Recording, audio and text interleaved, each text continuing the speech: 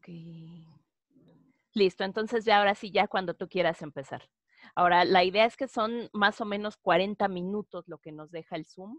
Entonces, para que le vayas checando un poquito y cuando tú me digas, hacemos una pausa o cortamos y ya empezamos con el otro video.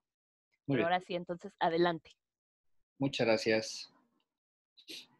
Pues buenos días, tardes, noches, la hora en la que ustedes vayan a conectarse. Yo soy Carlos Hernández Dávila y estoy invitado a este seminario sobre cuestiones que tienen que ver con el Concilio Vaticano II y con la reconfiguración del sistema de la estructura católica en el mundo global, justamente a partir de estos cambios y pues muchos desafíos que al final de cuentas unos se lograron, otros se malograron, otros más bien sufrieron un proceso de, de, de, de, de reversibilidad, de retroceso, en fin, ya lo iremos viendo poco a poco. Yo he preparado el día de hoy bueno, la verdad es que no es cierto, no la he preparado, siempre trabajo con la misma presentación que es de unos colegas españoles. Supongo que tengo no tengo que pedirle a nuestra administradora que habilite la función para compartir la pantalla. Una vez que la tengamos lista, podremos empezar a trabajar. Nayeli, si me escuchas, para que por favor habilites la función de compartir pantalla. Sí, ahí voy, No nada te más. preocupes. En lo que Nayeli está ahí trabajando tras bambalinas, diré algunas cosas muy puntuales.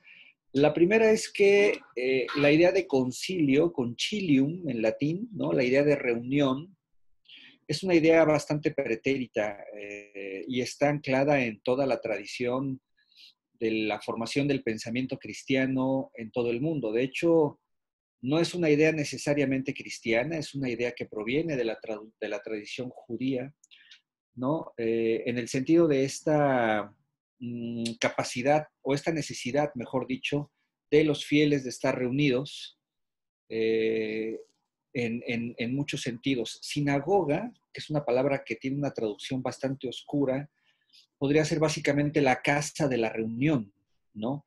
No necesariamente la casa de la oración, puede ser la casa de la reunión, la casa del estudio, la casa de la plegaria, la casa del aprendizaje, eh, ¿no? Como la idea de casa, como la idea de un sitio particular donde la gente, los judíos o el pueblo judío se pudiera reunir y, como dije hace rato, estudiar, rezar y también parlamentar, también tomar acuerdos, también tomar decisiones.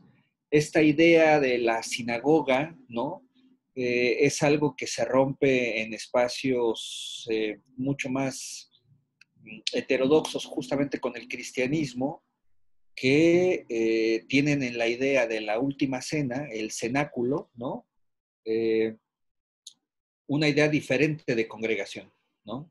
Esta frase de Jesús de que en donde haya dos o tres reunidos en mi nombre, estaré yo en medio de ellos, habla justamente de una reconfiguración del pensamiento del lugar físico donde la asamblea, ¿no?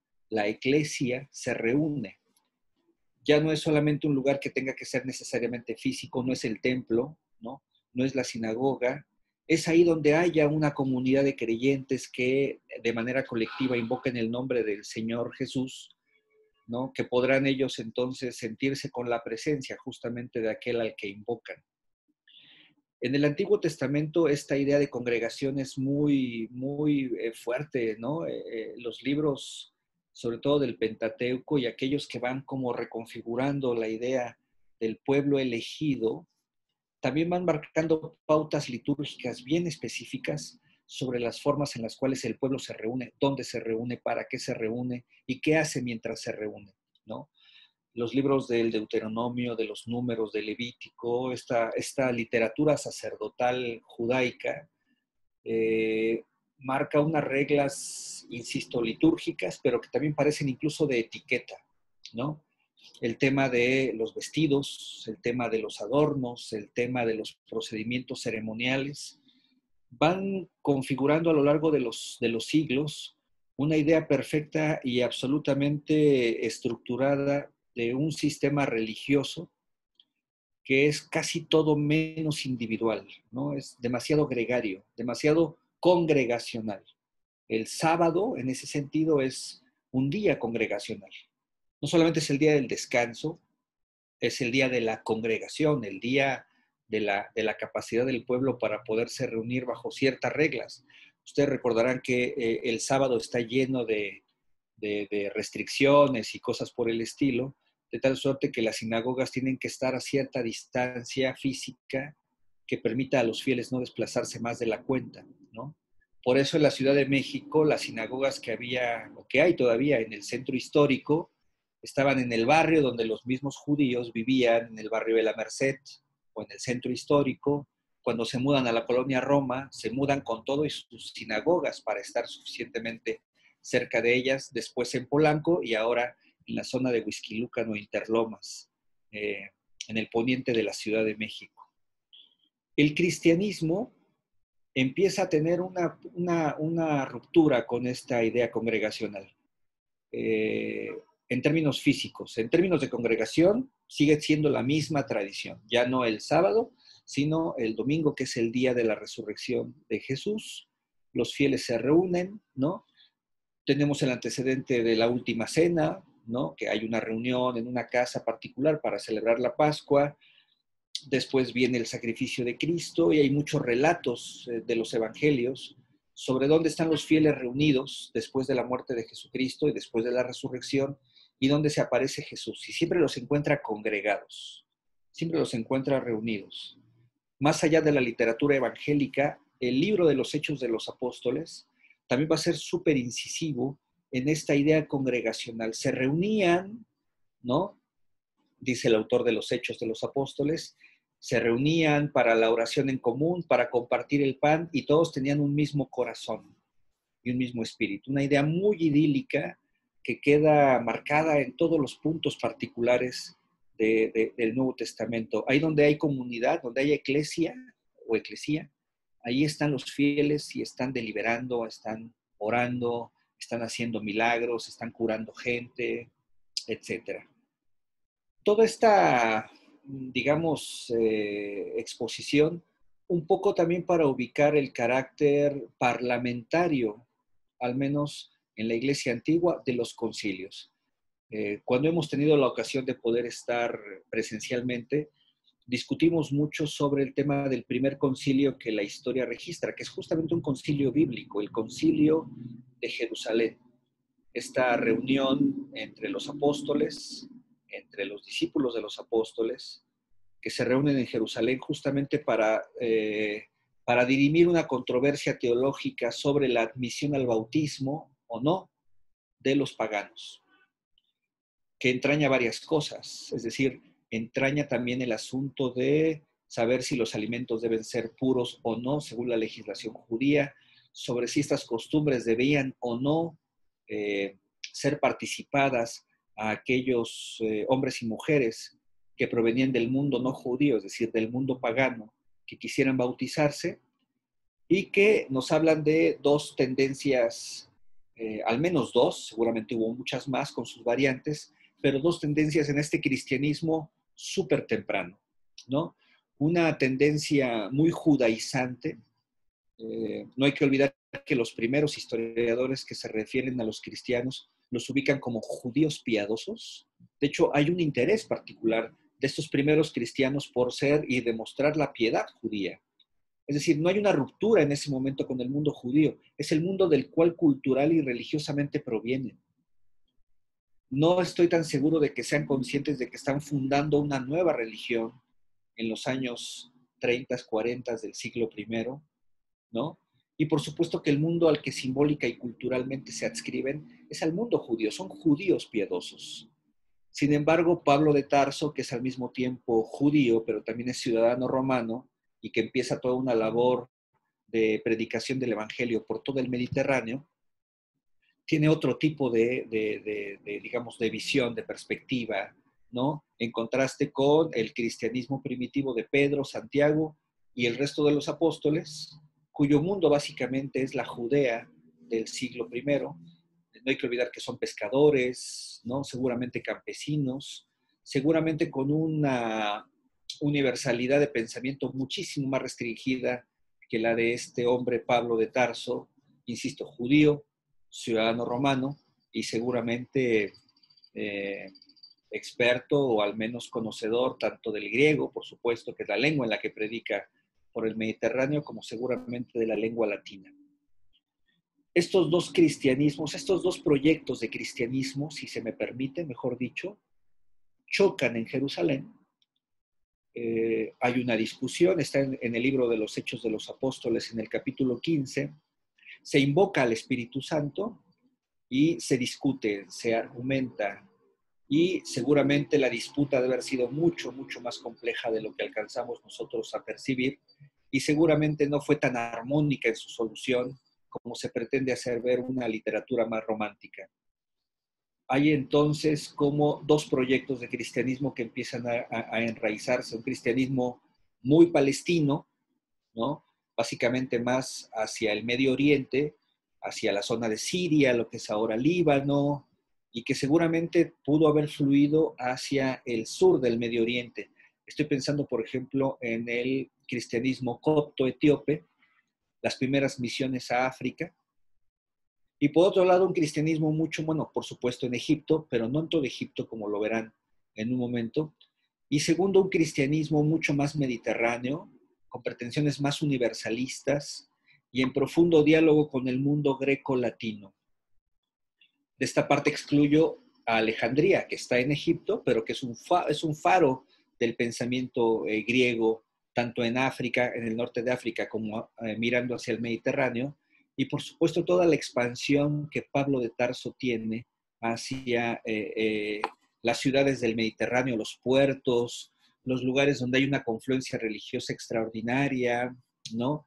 No se les olvide que Pablo de Tarso predica en el Areópago, ¿no?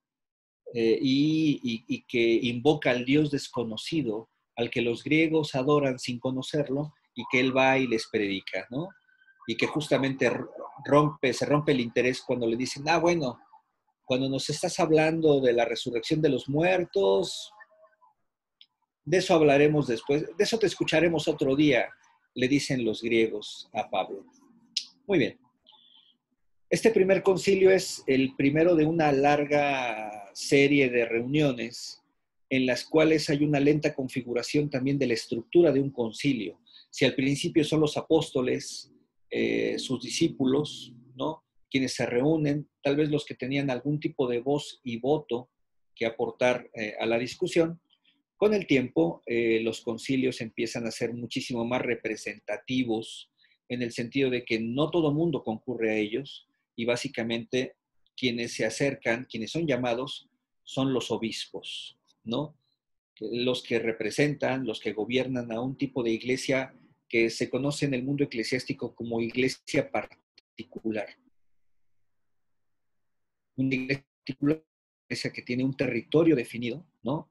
Con una cabeza definida que es el obispo, el episcopoi, ¿no?, el vigilante, que tiene no a su cargo ni a su servicio, sino que tiene una comunión con los ancianos, que son los presbíteros, y que son los que se encargan de la atención pastoral de esa región en particular. Donde ustedes vivan seguramente hay algún territorio diocesano o arquidiocesano. Una arquidiócesis es una diócesis con una estructura territorial más grande y dividida para su atención en diferentes diócesis auxiliares. La diócesis primada de México, que es primada porque es la primera, tiene su sede, por supuesto, en la Catedral Metropolitana y tiene diversas vicarías gobernadas por obispos para la atención de una diócesis de las más grandes que hay en este país. Junto con esta diócesis metropolitana tenemos también muy cerca la arquidiócesis de Tlalnepantla, la diócesis de Cuautitlán, la diócesis de Izcalli, que está enfrente, la diócesis de Valle de Chalco, Toluca ahora es arquidiócesis, de tal suerte que cuando hay algún concilio, ¿no?, son los obispos o los arzobispos los que acuden en nombre de su iglesia justamente a esta discusión sobre temas particulares. Pero nos adelantamos ya hasta hablar de Tlalnepantla y Toluca. Regresemos un poco. Los concilios son una herramienta muy conocida en el mundo antiguo cristiano, para ir fijando los criterios con los cuales la doctrina, sobre todo, empieza a ser predicada, normada, ¿no? Sancionada y eventualmente impugnada. Los concilios que hay entre el siglo I y el siglo IX o X son muchos. Son concilios que reúnen a las iglesias conocidas de ese tiempo, ¿no? Para tratar de discutir aspectos centrales de la temprana doctrina de la iglesia. Pensemos en una cosa que se llama el credo, que tal vez muchos de ustedes aprendieron en el catecismo y que era la oración más larga y difícil de recordar, ¿no? El credo, que también tiene una versión llamada Credo de los Apóstoles, fue justamente armada en diferentes concilios, en diferentes ciudades del mundo antiguo, porque en efecto, la idea, solamente les quiero llamar su atención sobre una idea en particular, la idea de la naturaleza de Cristo, ¿no? Es una idea que tardó siglos en ser fijada teológicamente como la conocemos al día de hoy. Verdadero Dios y verdadero hombre es una frase que generó guerras, conflictos, rupturas, cismas, anatemas. Anatema es esta palabra que significa maldito sea, anatemasit, ¿no? Excomulgaciones entre obispos o entre papas o entre patriarcas, etcétera. Solamente esta idea, ¿no? Hay corrientes del cristianismo primitivo que sostienen que Jesús es solamente Dios y que cualquier gesto humano en él era dokein, dicen en griego, era aparente, era una apariencia. Aparentaba que comía, aparentaba que dormía, aparentaba que lloraba, aparentó morir. Esta herejía, llamada de los docetas, dokein, fue una herejía, sin embargo, muy común. Mucha gente no estaba convencida de que el Dios creador del universo, el Dios por el cual fueron hechas todas las cosas, el Dios que es la segunda persona de la Trinidad, pudiera rebajarse a la humanidad, ¿no? Y esta idea, insisto, tardó siglos en ser fijada y no necesariamente con todo éxito. Aún al día de hoy, los antropólogos sabemos que en muchas comunidades del catolicismo popular no tienen como demasiado claro cómo se puede ser perfectamente Dios y perfectamente hombre, por ejemplo. Hay una corriente contraria, aquella corriente que sostenía que Jesús era un gran demiurgo, o sea, un gran curador, un hombre tocado por Dios, con el don de profecía, con el don de curación, con el don de sabiduría, con el don del poder investido desde la divinidad, pero que una naturaleza humana, por más santificada que estuviera, por supuesto que no podía acceder, ¿no? a ser la divinidad. Eso es, digamos, mentalmente imposible, es contraintuitivo. Bueno, solamente estas dos discusiones tardaron siglos y siglos y siglos en ser discutidas hasta llegar a algún tipo de acuerdo mínimo dentro de la ortodoxia de la Iglesia, ¿no? Eso, por ejemplo, a ustedes les puede hacer pensar que es muy posible que el canon de los libros que integran tanto el Antiguo como el Nuevo Testamento también tuvo que pasar por un periodo de disputa, debate, acuerdo, estudio, etcétera, que también fue sancionado por los concilios antiguos, ¿no? No, los evangelios no se escribieron de una sola vez. Las cartas del Nuevo Testamento posiblemente sí, porque hay como una tradición autoral entre los apóstoles muy específica que da cuenta de la forma en la cual estas cartas se escribieron y circularon entre las comunidades del cristianismo antiguo, aún en vida de los apóstoles. Pero por caso, el Apocalipsis de Juan, según algunos biblistas suficientemente reputados, que no es mi caso, ¿no? Ni de lejos, algunos biblistas sostienen que el Apocalipsis de Juan o bien pudo haber sido redactado directamente por un San Juan muy viejo ya, en griego, en la isla de Patmos, etcétera, que pudo haber sido redactado de una manera colectiva por la comunidad de Éfeso, donde él fue obispo y donde él tuvo una presencia e influencia notable por ser testigo de la mayor parte de los momentos especiales de la vida de Cristo. De tal suerte que no hay manera de saberlo. Incluso se comenta que el propio Evangelio de Juan, ¿no?, que tiene una textura teológica muy alta, si alguien después puede revisar alguna Biblia que tenga o en el propio Internet y pueda abrir el capítulo 1 y los primeros versículos de este Evangelio, leerá al principio el verbo, ¿no? En el principio solo estaba el verbo y el verbo estaba con Dios y el verbo era Dios. Y el verbo puso su casa entre nosotros, etcétera, que es un lenguaje que es muy posible que no se le pueda atribuir a un apóstol cuyo origen formativo haya sido esencialmente judío y de un carácter provinciano. Lo que quiero decir es que, insisto, estas verdades eternas de la fe, tal y como se anuncian hoy en la Iglesia Católica, pasaron por un proceso de, insisto, debate, no creo que de negociación, pero sí de debate, sí de controversia, sí de conflicto, de cisma, y en los cuales los concilios convocados por el Papa, reunidos en alguna ciudad en específica, ¿no?, pudieron someterse a algún tipo de discusión entre los obispos. Los obispos, cuando van a un concilio, se llaman a sí mismos los padres conciliares. Muy bien, entonces, recapitulo. 3 ideas fundamentales para este diplomado.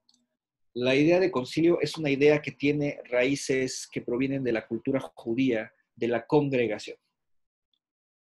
Segundo, la tradición conciliar en la Iglesia Católica, ojo, la Iglesia Católica, y no estoy diciendo la Iglesia Católica Romana, de la Iglesia Universal, es una idea que es milenaria, ¿no? Habrá por lo menos 1800, 1900 años de tradiciones conciliares. De hecho, la ruptura entre la Iglesia Ortodoxa Oriental, ¿no?, en la que es una gran iglesia, que también dentro de sí tiene diferencias profundas, sobre todo a nivel nacional o étnico. En la Iglesia Ortodoxa podemos encontrar la Iglesia siria, ¿no?, o le llaman damasqueña, de Damasco, o rusa, o georgiana, o armenia, o griega, etcétera. Esa ruptura entre la Iglesia Ortodoxa de Oriente, ¿no?, y la Iglesia Católica Romana también tuvo sus propios, también se operó a través del desencuentro de concilios en el siglo IX, que hasta la fecha siguen siendo rupturas que parecen insalvables por el tiempo, ¿no? Los ortodoxos, por ejemplo, dirán que ellos siguen siendo la Iglesia Católica, ¿no? La Iglesia Católica es la Iglesia Ortodoxa para los ortodoxos, ¿no? Católico no significa necesariamente ni romano, ni latino, ni papal, ni occidental. El término católico exige tal vez otra sesión del seminario, porque no es tan sencillo hablar de este término tan específico. Hasta aquí diría como una breve introducción respecto al tema de los concilios, de cosas más, para adentrarnos al Concilio Vaticano II. Durante la Edad Media, la Iglesia Católica Apostólica Romana tuvo en realidad pocos concilios. Fue una época en la cual el orden político y el orden religioso caminaron de la mano de una manera más o menos armónica, y realmente no había mucha necesidad de ir generando debates tan profundos sobre las realidades que se vivían al interior de una iglesia, que era una iglesia básicamente corporativa, ¿no? Una iglesia vinculada a los señores feudales, a los señores curas de almas, ¿no? De hecho, uno de los comentarios que casi siempre hago en charlas o por escrito es que de las cosas que nos quedaron así prístinas del medioevo es la parroquia.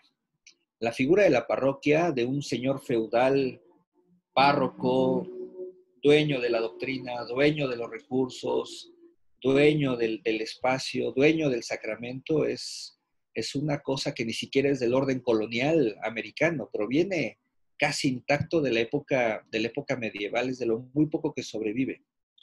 Pero insisto, en esta época del siglo V al siglo XV, la Iglesia latina casi no tuvo grandes concilios, si bien los hubo.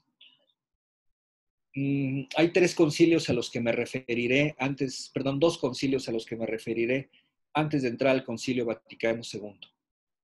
El primero se refiere al Concilio de Trento, el concilio que la Iglesia Católica Romana convoca justamente ante el cisma luterano que se extiende muy rápido hacia Alemania, hacia Francia, hacia los Países Bajos, por supuesto hacia Inglaterra, y donde la Iglesia Católica tiene un primer momento bastante complejo a nivel no solamente de crisis, sino de pérdida de poder, pérdida de influencia territorial y pérdida de credibilidad, si es que se me permite el término, que tal vez es poco aplicable al siglo XVI. Me imagino que la mayoría conoce la historia, si no la recapitulamos en 30 segundos, ¿no?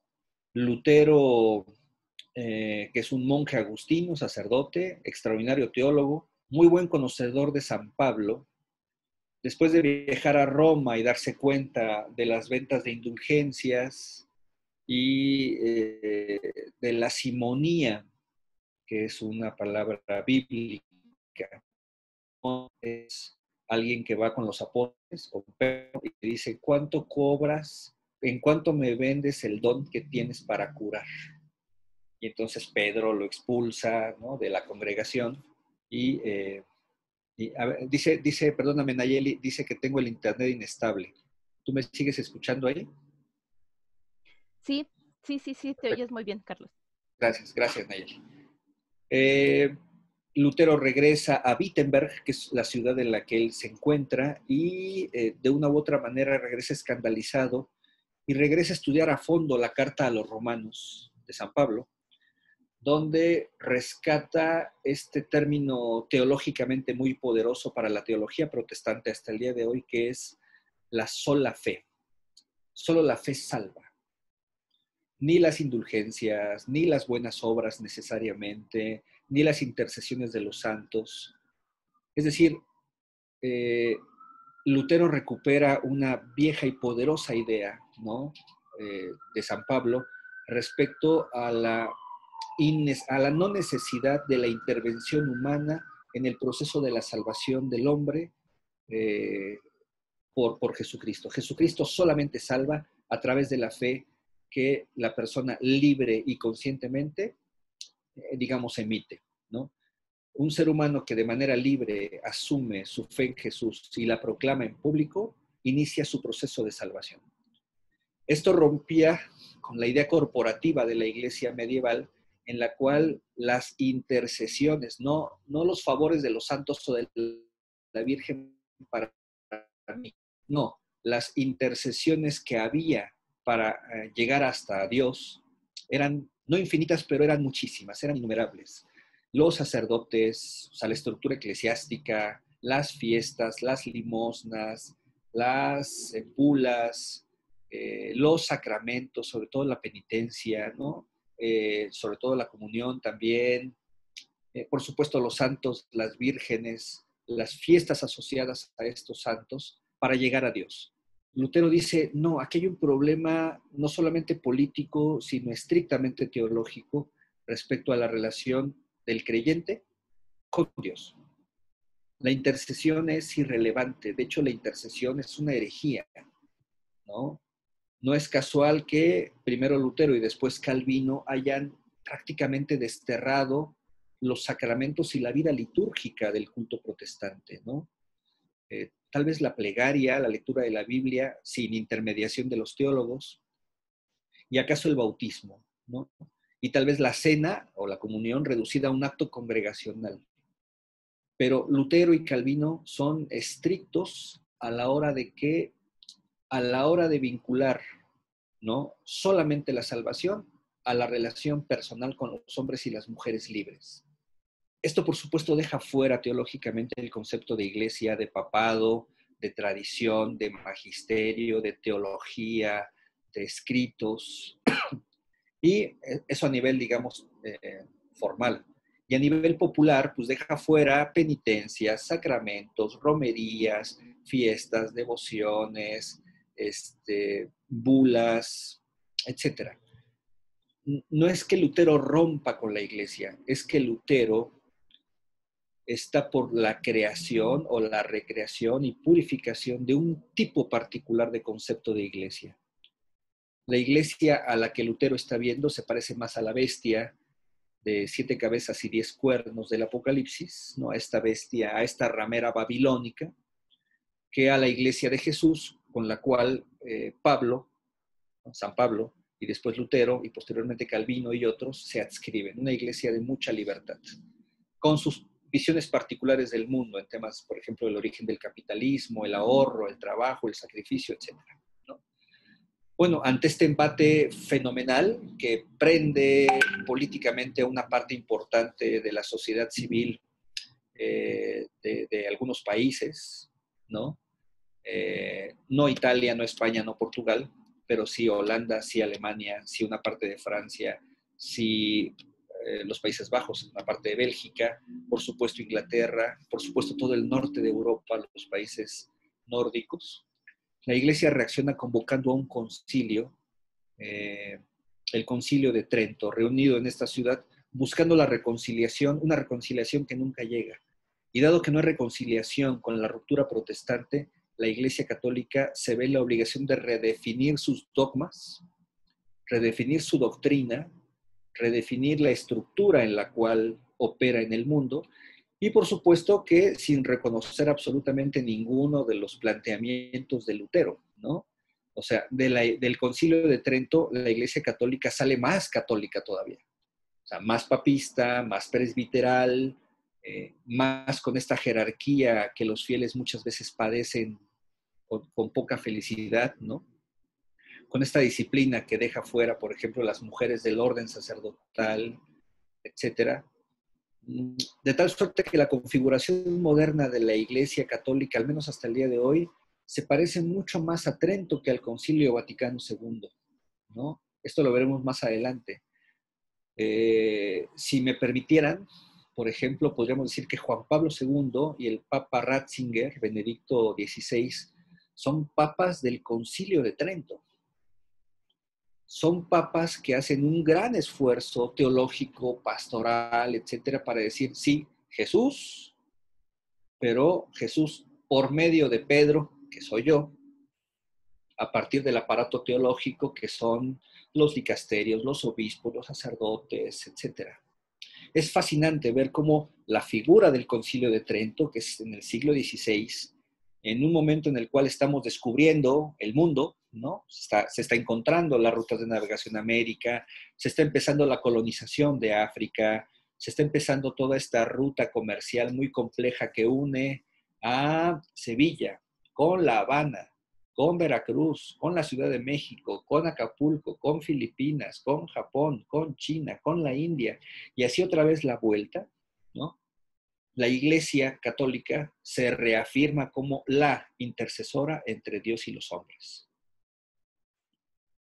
E insisto, es una iglesia que hasta el día de hoy, ¿no? Al menos en la estructura del pensamiento y la acción política y pastoral de Juan Pablo II y del Papa Ratzinger, debe mucho más a Trento que al Concilio Vaticano II.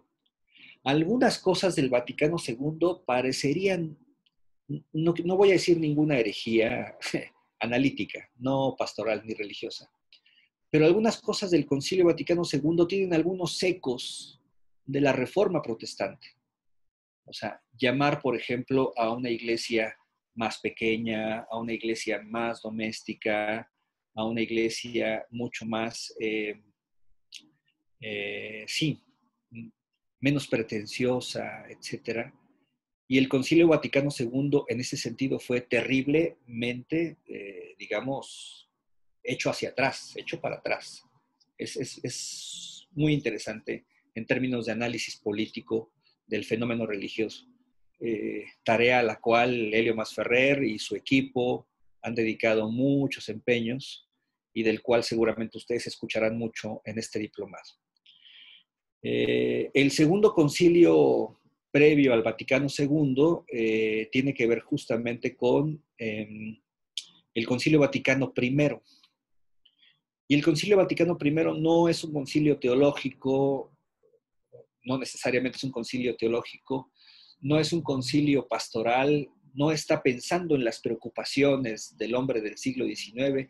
El Concilio Vaticano I es en la segunda, más bien en el segundo o tercer, perdón, estoy calculando fechas.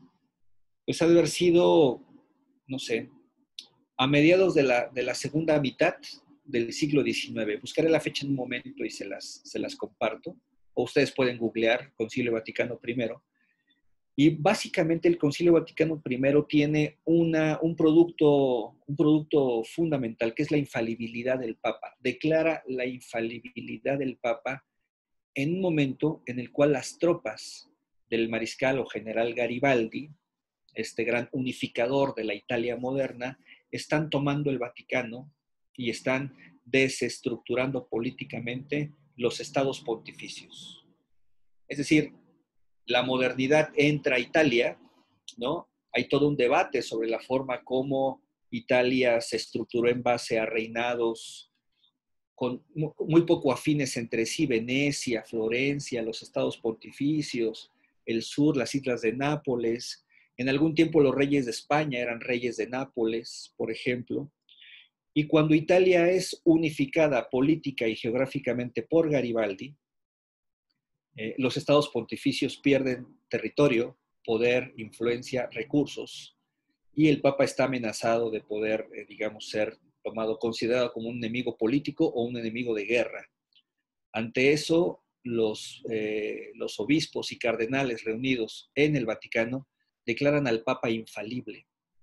Es decir, refuerzan el poder o la idea de poder divino entre el Papa, entre su relación con Dios y sobre la infalibilidad que tiene la doctrina de esta persona, a la cual se reconoce como el sucesor de Pedro, en una línea en la cual se van tejiendo historia, tradición y poder.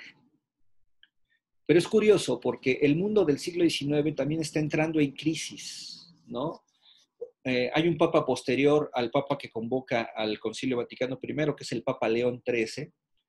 Es un papa que hacia 1883-84 emite encíclicas, que son documentos que el papa puede libremente generar por sí mismo, sin necesidad de un concilio. Y una de las más famosas que él publica se llama De Rerum Novarum, que en latín significa de las cosas nuevas. Y el título es extraordinario, ¿no? Porque el Papa está viendo que el siglo XIX está trayendo cosas inéditas en este momento, como son la ciencia. O sea, estamos ante el ascenso de la biología. Darwin acababa de publicar hacía un par de décadas sus trabajos sobre el tema de la evolución, ¿no? Está apareciendo la ciencia política, está apareciendo y emergiendo la ciencia económica, justamente con Marx y con Engels, haciendo una revisión crítica de los fisiócratas de los siglos anteriores. Estamos en plena era de la revolución industrial, están surgiendo las clases sociales, y el Papa León XIII escribe sobre las cosas nuevas, sobre un mundo que ha dejado de ser estable, ya no lo era, pero se dieron cuenta muchos siglos después, que ya no era lo que estaban pensando que era, y que está empezando a construirse en un paradigma donde la Iglesia tendría que preguntarse si tiene algo que decir. El Papa León XIII apuesta porque sí. No solamente decir que los papas son infalibles, sino cómo se planta la Iglesia de finales del siglo XIX ante una Europa convulsa. No tardarán muchos años en estallar la Primera Guerra Mundial. Ante una Europa que tiene en la clase obrera un poderoso empuje que no está debidamente calculado casi por nadie, mucho menos por la Iglesia. La pastoral obrera empieza en esas épocas con notable éxito. Y en fin, el mundo está cambiando. pero también la Iglesia está cambiando su manera de entender ese mundo cambiante. Y bueno, pues esto nos pone en antecedente para lo que vamos a ver en el siguiente bloque. Nos deben de quedar un par de minutos. Vamos a cerrar en este momento esta liga y vamos a entrar directamente con la siguiente parte, que ya será hablar sobre el origen, el desarrollo, los documentos y las consecuencias del Vaticano II. Entonces, Nayeli,